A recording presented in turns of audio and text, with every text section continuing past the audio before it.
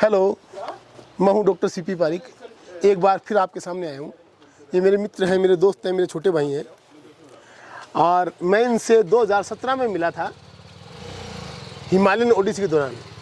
अब बाइक्स के बारे में बहुत सारे क्वेश्चन लोग पूछते हैं, ये बाइक कितने रुपये की है, ये किस यूज़ का है, कैसी का राइडिंग कंफर्ट है, क्या आपने एसेसरीज लगाई, सब कुछ। लेकिन मैं इनसे कुछ अलग तरह के सवाल पूछना चाहता हूँ। आनंद भाई, एक बात बताओ, आप राइडिंग आपको क्या देती है? 2017 के बाद में राइडिंग ने पे आपने हज़ारों रुपये खर्च कर दिए, ये 18 लाख की आपने बाइक खरीद ली, ये सब चीज़ें, ये दिख रहा है, ये सब चीज़ें मैं जानना चाहता हूँ कि ऐसा क्या है राइडिंग के अंदर जो आपको खास मिला। बस 3-4 लाइनें बताइए मेरे को कि आपको राइडिंग ने क्या दिया। सर काफ़ी डीप क्वेश्चन है आपका, पर अगर मैं कहूँगा तो अगर मैं 3-4 एडजेक्टिव्स यूज़ करूँ और मैं डिस्क्राइब करूँ अपनी फीलिंग को, तो मुझे मेरी फ्रीडम दी राइडिंग ने, मुझे मेरा मेंटल पीस दी, मेरे को सेटिस्फेक्शन दिया, और एक ज़िंदगी में कभी कभार आपको रुक के अपने मोमेंट को जीने की जो है एक आज़ादी जो है वो बहुत ज़्यादा जो है दी।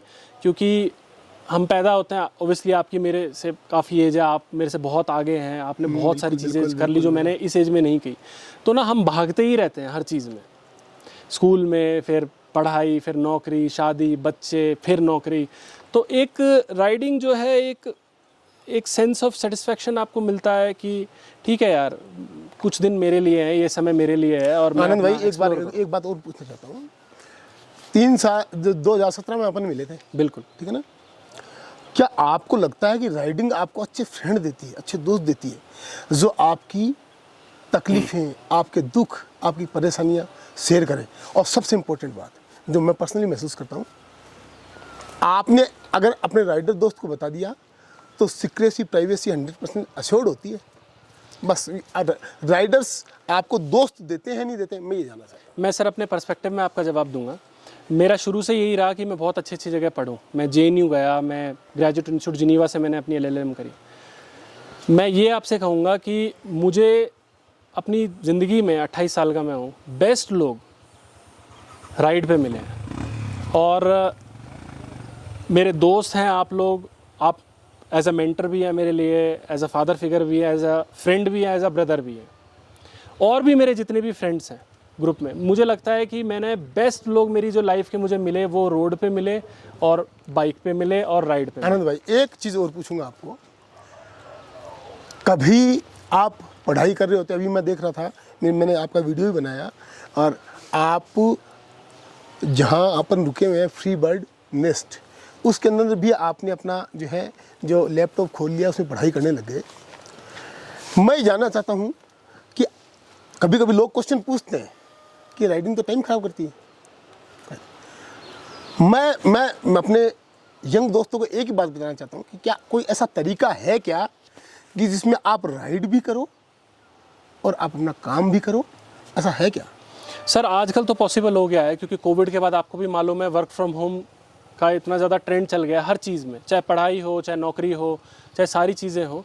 तो हाँ, आजकल पॉसिबल है, अपना आप लैपटॉप या आईपैड या टैबलेट लीजिए, फ़ोन लीजिए, कहीं भी आप ट्रैवल कीजिए। इंडिया में आजकल इतना ज़्यादा जो है अच्छा हो ही गया है कि कहीं ना कहीं आपको डिसेंट स्पीड आ ही जाती है। तो आप अपना ट्रैवल कीजिए और सेफ रहिए, अपना फुल राइडिंग गेयर पहनिए। जनरली कंसेप्शन रहता है जो कि सही भी है इंडिया में। एक अलग, आनंद भाई, एक लास्ट क्वेश्चन पूछता हूँ कि आप राइड करते हो, आप जाते हो, मैं कहता हूँ कि राइडिंग में मैं पर्सनली मानता हूँ कि आप रोड पे चल रहे हो, आप अकेले हो, आपके पीछे मेरा जैसा कोई बुढ़ा राइडर आ रहा है, सेंस ऑफ सिक्योरिटी आपको कैसे मिलती है, मैं ये जानना चाहता हूँ। आपको क्या लगता है? मैं अभी भी कह रहा हूँ, अमित भाई आप भी सुनना। देखो, इस पहाड़ में आए, ऐसे मौसम में आए, मेरे पिताजी मना कर रहे थे, आनंद का भी हो सकता है, इनके भी फादर साहब मना ही कर रहे होंगे।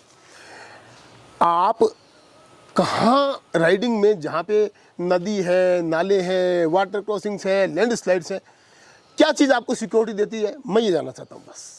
सर सिक्योरिटी तो ये है कि अपने साथ के जो लोग हों, जिनकी कंपनी आप एंजॉय करते हो, और एक वो पॉजिटिव एनर्जी जब वो आती है ना, तो वही जो है वही अपने आप में ही फुली जो है आपको वो आपको लगता है कि मैं कहीं गिर जाऊंगा, तो कोई है ऐसा आदमी जो आपको हर लेवल पे संभाल लेगा? सर ऑब्वियसली लगता तो है ही कि भाई सिचुएशन इतनी खराब लगता है बट और कभी आप वहाँ पे ऐसी सिचुएशन में फंसे हो तो आपकी किसी राइडर दोस्त ने एज ए ब्रदरहुड आपकी हेल्प करी है? मैं जानना चाहता हूँ। सर आप तो रहे ही हो, ऑलमोस्ट हमारी सारी राइड्स आप ही के साथ रही हैं और हम और लोग भी हैं, तो राइडिंग का मतलब ही है ब्रदरहुड कि भाई हमें हेल्प करनी है एक दूसरे की हर एस्पेक्ट में, मेंटली, फिजिकली, इमोशनली। आनंद भाई एक और लास्ट एक क्वेश्चन और पूछूंगा। देखिए मेरे को एक बात बताइए कि इतने लंबे टूर पे मैं कहता हूँ कि 2.5 लाख की 3 लाख की बाइक अगर कोई बंदा अफोर्ड कर सकता है तो क्या उसको बहुत हाई एंड बाइक खरीदनी चाहिए नहीं चाहिए? बिल्कुल नहीं, बिल्कुल भी ऐसा नहीं है।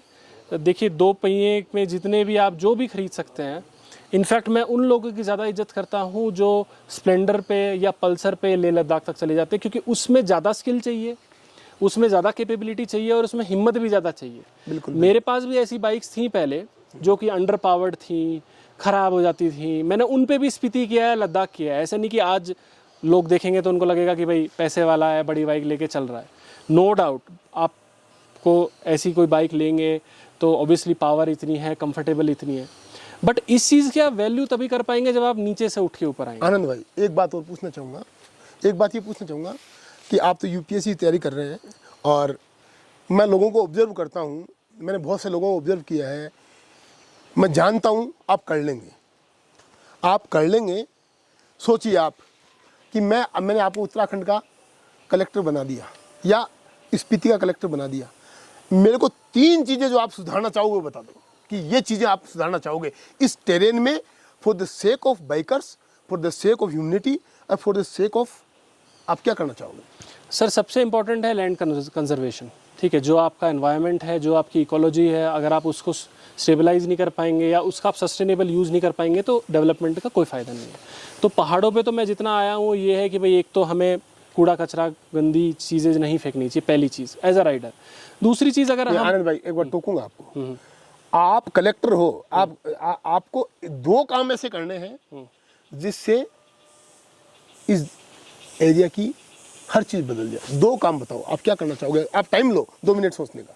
मैं कहता हूँ मैं तो मानता हूँ कि आप कलेक्टर बनोगे इसी के लिए, तो आप क्या 2 काम ऐसा करोगे जो आपका दिल कहीं के टीस उठती है कि हाँ ऐसा मेरे को 2 काम ऐसे करने भाई, ये 2 काम। आप टाइम ले लें, मैं तैयार हूँ। एक काम तो मैं ये करूँगा कि मैं एक इस तरीके का एडवांस जो है वार्निंग सेंसर्स लगाने का मैं प्लान करूँगा कि चाहे वो ह्यूमन टू ह्यूमन हो या वो सेंसर्स हो, कि भाई अगर आगे रोड ख़राब है वो तो उसकी रियल टाइम ट्रैकिंग हो सके तो वो पहले ही बता दिया जाए। जैसे मैं एक सिंपल सा उदाहरण देता हूँ, आप मॉल्स में जाते हैं पहले ही आ जाता है कि भाई इतनी कार्स पार्क हो पाएंगी, इतनी नहीं हो पाएंगी। पहाड़ों में जनरली क्या चीज़ रहती है, पहाड़ के आप इस तरफ आ गए, सिग्नल नहीं आया, कम्युनिकेशन गैप रह गया, पता नहीं लग पाता। तो अगर इस तरीके का रियल टाइम सेंसिंग हो जो हर 5 किलोमीटर 4 किलोमीटर पे आपको बताता रहे, बहुत अच्छी तो लोग अगर मंडी में ही है, भुंतर में ही कहीं और भी है और उनको मान लो कहीं जिब्बी या तांडी आना है तो उनको वहीं पता लग जाए कि सिचुएशन ऐसी है। गूगल मैप्स यूज़ करते हैं बट गूगल मैप्स यहाँ पे इतना काम आता नहीं है, आपने भी देखा होगा वो। आपने एक बात बता दी, एक बात और बता दी। दूसरा मैं ये देखना चाहूँगा कि लैंड कंजर्वेशन वगैरह मैं किस तरीके से कर सकूँ कि टूरिज्म भी चले, इकोनॉमी भी आगे बढ़े, but at the same time हम इतना ज़्यादा इफेक्ट ना करें कि फ्यूचर जनरेशन। मैं यही सुनना चाह रहा था कि जो है पीसफुल कोएग्जिस्टेंस बहुत जरूरी, शांतिपूर्ण से अस्तित्व किसके बीच में? इंसान, प्रकृति और जानवर के बीच में। अब एक लास्ट क्वेश्चन है एक सर, मैं बस एक चीज़ मैं ऐड करना चाहूँगा। हमारा जनरली हम ये सोचते हैं इंसान की हमारा हक है इस चीज़ पे, मैं ज़मीन खरीद लूँ तो मैं इसमें चाहे जो चाहे करूँ। महात्मा गांधी जी ने भी कॉन्सेप्ट दिया था ट्रस्टीशिप का। तो मैं ये मतलब कहना चाहता हूँ आपके थ्रू कि हम ट्रस्टीज़ हैं इस रिसोर्स के, इस ज़मीन के, इस एरिया के, कि हमें एज अ ट्रस्टी इसको करना है। ठीक है, मेरा जीवन जितना भी, आपका जीवन जितना भी, हमें इस तरीके से यूज़ करना है कि भाई हमारा जीवन भी चल जाए, बट हम उसको ऐसे एक्सप्लॉइट ना करें कि वो ख़त्म ही हो जाए आने वाले जनरेशन के लिए। तो we are as a trustees, we are not owners, we are trustees. तो ये अगर अप्रोच हर इंडियन रखेगा तो बहुत सुधार हो सकता है।